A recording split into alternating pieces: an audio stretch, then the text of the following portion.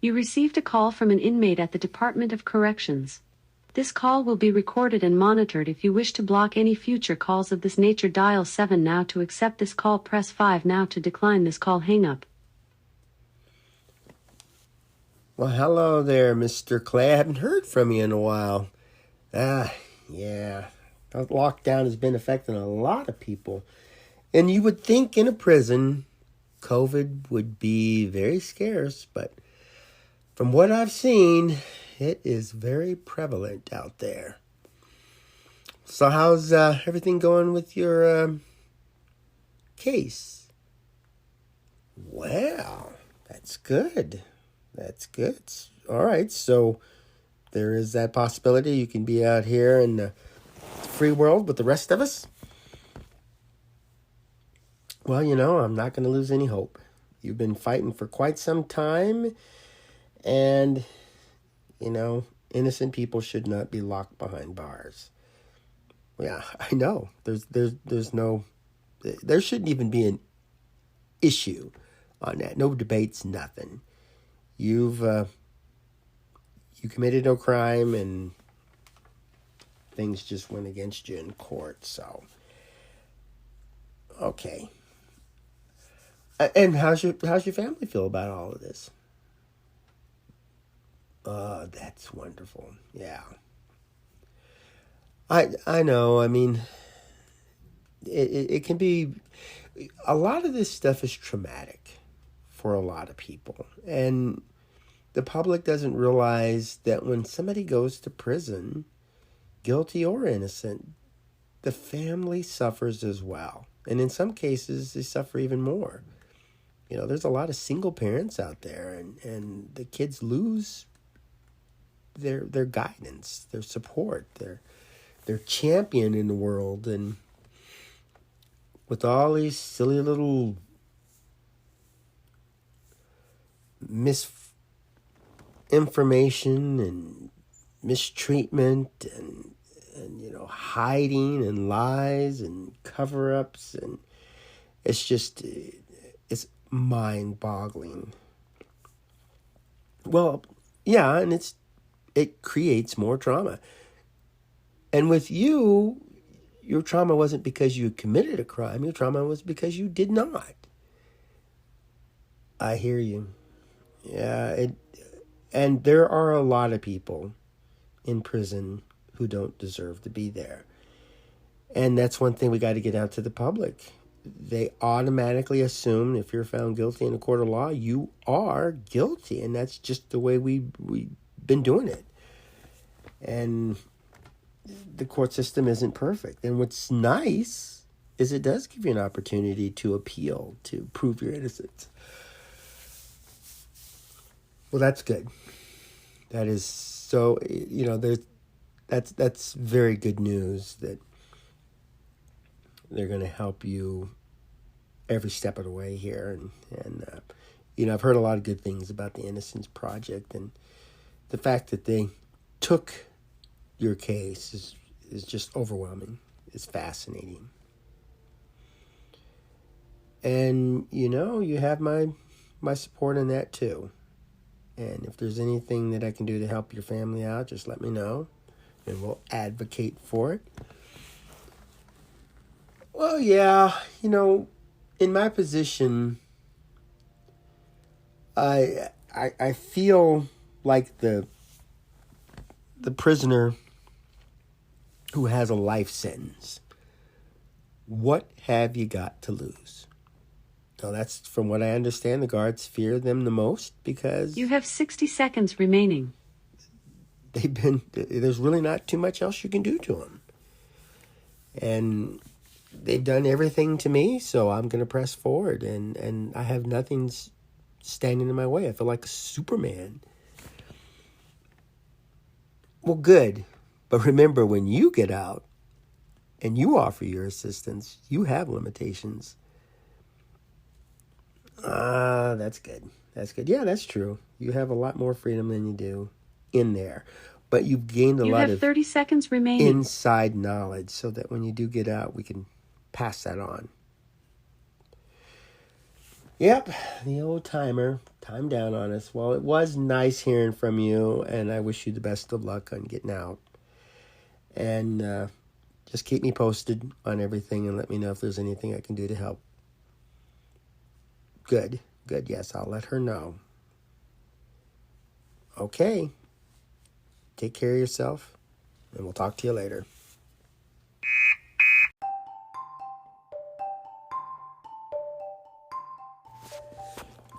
Welcome to AQS Inmate Call, and I am your host, Joel Wilborn.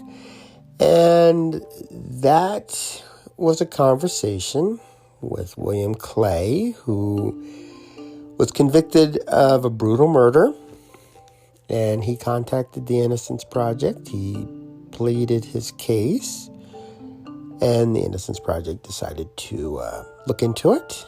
And the progress so far is good.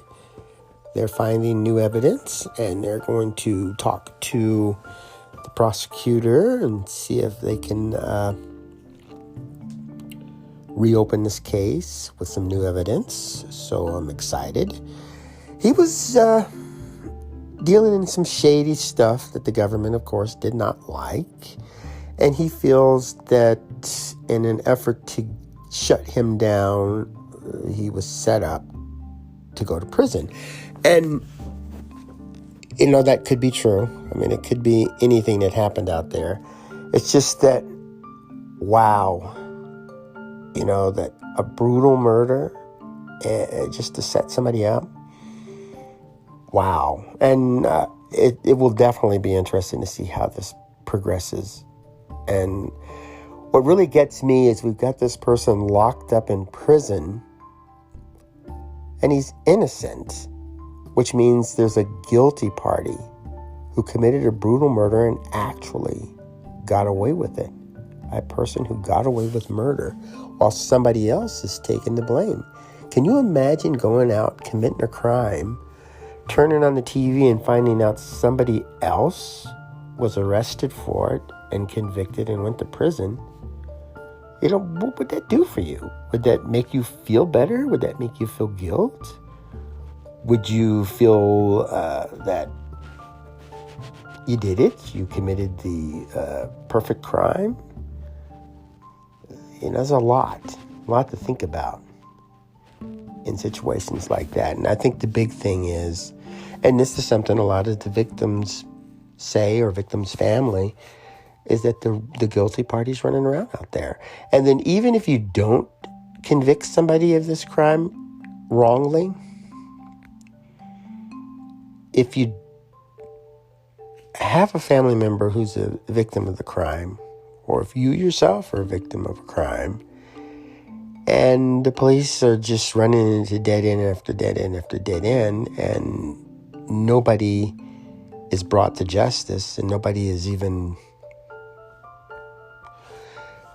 considered a suspect, that can be very stressful, very trying. And I do like those stories when a cold case is broken and they talk to the family and they're relieved, that after all these years, their loved one can get justice, especially in a murder. And what breaks my heart, though, is people who try to find justice, try to seek the truth, and then pass away before it reaches the climax. And we can't say that these people's lives were useless or worthless or didn't amount to anything, and all their work was baseless. It could have been that some of the stuff they did helped break the case. Maybe somebody thought that they was just so far gone that it wasn't even worth investigating anymore. And that's happened too. You just look at something and you just say there's just not enough evidence. And it's been so many years that we can't even get reliable witnesses anymore. The memory is bad, or they get their facts confused, and it just to the point where the detectives say, we just can't do this anymore. And, that's happened. So, I like the idea that people are staying on top of cases. It's a shame that it has to be the family or close friends. But at least a lot of these cases, and this is in the real world, people are not forgotten. Murder victims there's usually foundations in their name, or maybe a wing of a hospital or something is named after them, or a scholarship is set up. There's something that the family really goes out of their way to remember them about. And I remember in my hometown, a young lady was crossing a very hectic intersection, and her car was struck and she was killed. And the family said, this is just wrong. We need to fix this intersection so that it's safer for people to cross by. We don't need this to happen anymore. So the city got together and they constructed an overpass so that instead of the people stopping at this busy intersection, they would just drive over top of it. And we haven't had any deaths, any problems. And during the construction, this young lady's mother came out and she provided refreshments, and she thanked the construction workers, and they had nice conversations. And it was just a warm feeling to know that her daughter could be remembered like that. And crime victims should always be remembered. I hate to see unidentified bodies, just go to the morgue and not get claimed, and they just kind of scoop them up and put them away as if their life meant nothing. And then we wonder, what's the story behind this person? When I was with the Tennessee Bureau of Investigations, I would talk to the agent in charge of investigating missing children, and she would have a book that she would often show people, and sometimes you'd see clothing, and the body had been sitting out in the elements for quite some time, so the clothing would be kind of worn and stained. Yet they would show it, a picture of it, and say, this is what the child was wearing, and this is where the child was found. And if the body was so decomposed that they couldn't really get a description, they would do the best they could. Wouldn't know eye color, hair color. Well, maybe they would know hair color, but or in some cases the race would even be tough to figure out. And if they found skeletal remains, it was really difficult, and they would have to have artists come in and try to reconstruct the face. And then you would have a reconstruction or a rendering, or maybe some kind of description, like there was a scar under the left ear, or 3 missing teeth. And it was just sad to look through that book and see these photos and read these descriptions and just think, this person is gone, and somebody out there knows what happened. And it's been quite some time since I was in the law enforcement. And I kind of think, I wonder how many of those cases were solved after all these years. I wonder how many people are running around out there, smiling like, wow, I did it. I got away. And solving cold cases, especially with murder, is a nice feeling, because you can get that closure. It's better than never finding closure. I mean, there's murder cases from centuries ago. I mean, the Jack the Ripper case is one of them too, and that sits with me. And I'm 100% for remembering victims. Victims should never be forgotten, and they should never be blamed for the crime that happened to them, and they should never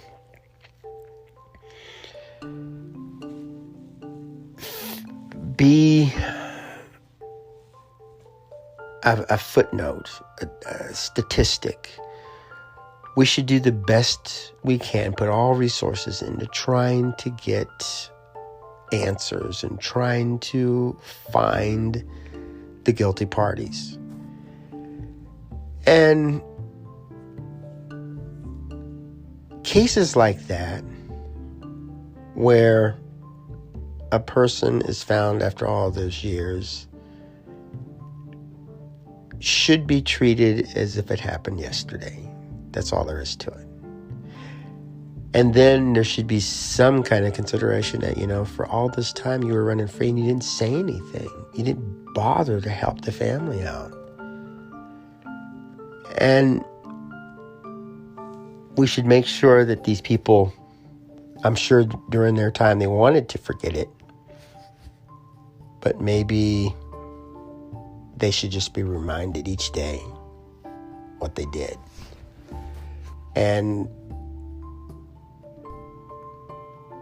But once they've been caught, there's really not too much more you can do. So we have to take that into consideration too. And the worst thing is if a person goes to prison and is in there for like 10, 15 years before being discovered to be innocent, and then catch the person. Or maybe you catch the person and the person confesses and the evidence shows up, and then the person who was convicted gets released. You have to think, what are we going to do for the innocent person who was convicted? And should we treat the person who actually committed the crime and stayed silent? Should we treat them any differently? But I think people like that who run and hide, I think they're cowards. And I don't think we should be giving them any breaks. Get the maximum amount and no probation, no parole. Stay in there. Serve the sentence. It's the least we can do. Because in that case, you had the victim, like in Williams' case where the victim was murdered. You have that victim and the victim's family who has to suffer. And then you have the person who was locked up who didn't really commit the crime. Now, on my YouTube channel, Oxyword, I have a person who says she's innocent. She was set up by her then husband. And that's a fascinating case, and it's worth looking into. And I would hope that you'd reach out to her. Her name is Vanessa. And ask her what you can do to help. Victims of domestic violence, people falsely accused, these are not folks we want to lock up and traumatize. And if she is truly innocent, and the evidence proves that, she needs to be out and compensated and reunited with her family and treated respectfully. So if you can listen to that video interview on YouTube and reach out to her, that would be fantastic. And usually with JPay, when you sign up, and you can use a Cash App debit card, and you just go in there, and it's fairly inexpensive. In the state of Washington, $2 will get you 6 stamps, and you can have 6 conversations with the person, and at least get an idea of what's going on. And maybe you can build up a nice little relationship, and every little bit helps. Every person who talks to somebody helps. I just was recently cut out from talking to somebody, and I just don't agree with that. I don't think, and it was kind of odd too, because this person that was just restricted from talking to me, we were talking about that very thing. If you want a person to improve and to grow and to learn, you don't cut that person off from the world. You don't say that you were in a spot that you shouldn't have been at that time. So we're taking away your telephone privileges for a month. There is no benefit to that. It really doesn't show the person not to do it again. Because if there's something going on and the person is just not in the right state of mind, there's a possibility it could happen again. What you want to try to find out is, this is a good opportunity. If the person committed an infraction like that, find out why, what's going on. And a warning would be nice and stuff, or maybe placed in, maybe some privileges or something removed, but not communication with the outside world. That just does not help. It does more harm than good. And so I don't support that at all. And in this particular case, this young lady is really progressing. She's enjoying speaking out in the world. And I was counseled on it. And I was told that she was really doing good speaking with me. And so it just shocked me that, she was cut off. But I'm directly affected by it. So it's easy for me to fight for something like that. And I think people should be punished for doing something wrong. And then the next thing is to at least learn what happened and how we can prevent it from happening again. That's my main thing, just prevent things from happening again. Let's work on the justice system. Let's work on evidence. Let's work on funding the police department so they can train their detectives, get more detectives and more staff to work on cases, and maybe even concentrate on some of these cold case files or files that just don't quite look right, like Williams' case, and look into it. That would be money well spent, because why waste prison space and prison funding on an innocent person when we can prevent it? So let's all work together and do the best we can to prevent misjustice like that.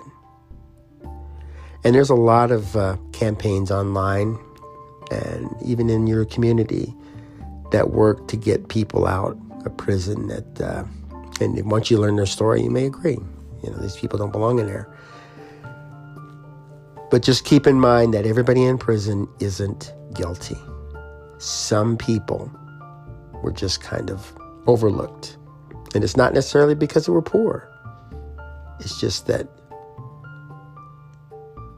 they're in the wrong place at the wrong time, don't have the right resources, but mostly they don't have the support.